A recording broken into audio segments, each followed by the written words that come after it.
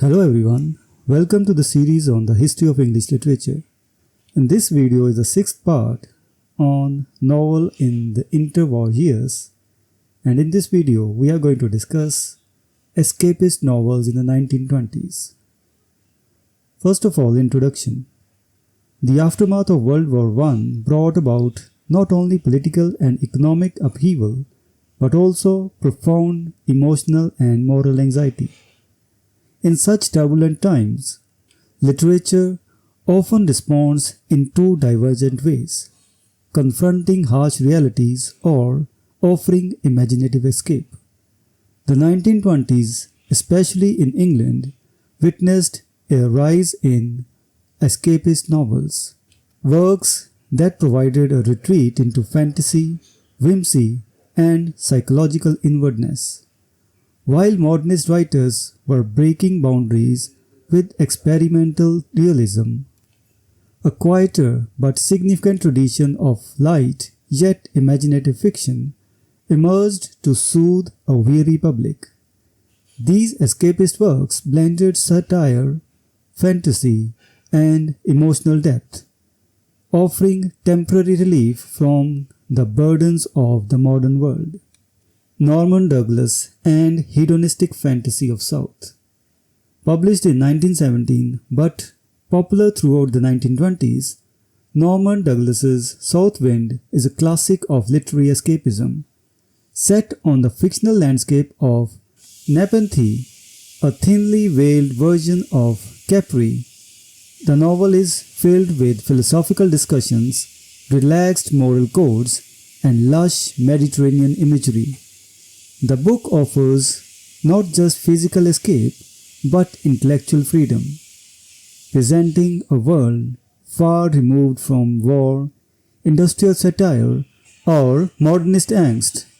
Through its episodic structure and hedonistic tone, South Wind invites readers into a sensuous and leisurely paradise where conventional values are suspended. And next we have Sylvia Townsend Warner, Myth, Music and Imagination. Sylvia Townsend Warner brought a lyrical and often subversive quality to escapist fiction. In Mr. Fortune's Maggot, 1927, she tells the story of a missionary on a South Sea island who experiences spiritual doubt and emotional awakening. The novel gently mocks religious zeal while exploring the beauty and complexity of isolation and self-discovery. In The True Heart, 1929, Warner reimagines the Cupid and Psyche myth in a rural English setting, weaving fantasy with folklore.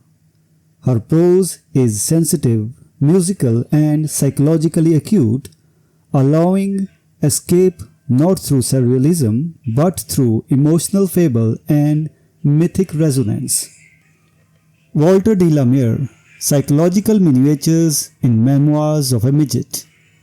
Memoirs of a Midget, 1921, by Walter de la Mare, is an unusual blend of realism, fantasy, and allegory.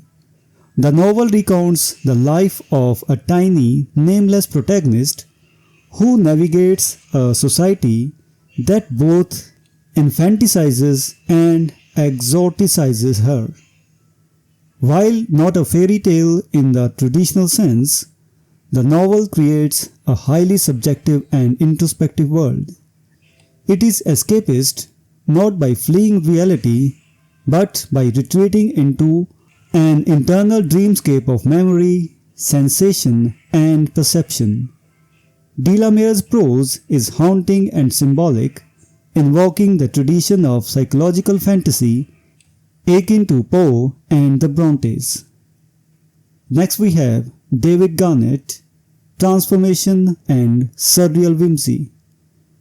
David Garnett's two short novels, Lady into Fox, 1922, and A Man in the Zoo, 1924, represent some of the most distinctive and surreal contributions to escapist fiction of the decade. Lady into Fox tells the story of a woman who quite literally transforms into a fox shortly after her marriage, The tale is both absurd and tragic, blending metamorphosis with domestic realism. It subtly critiques gender roles and societal expectations while delivering a strange, enchanting parable. A Man in the Zoo offers another twist in human-animal boundaries as a man chooses to become a zoo exhibit to protest a broken heart.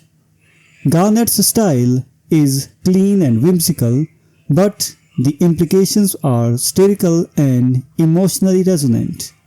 These two works engage with themes of transformation, identity, and alienation, all under the guise of fantastical storytelling.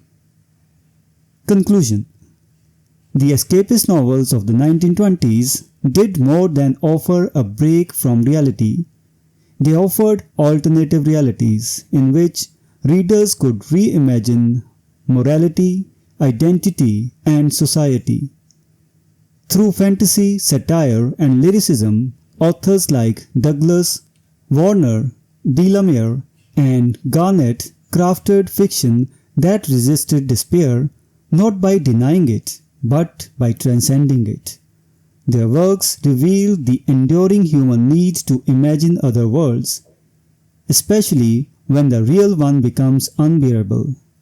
Far from being trivial, escapist fiction provided psychological and emotional solace during one of the most anxious periods in modern history. So, this was the discussion on the escapist novels in interwar years. We will meet in the next video and discuss some other topic. Until then, goodbye and thank you.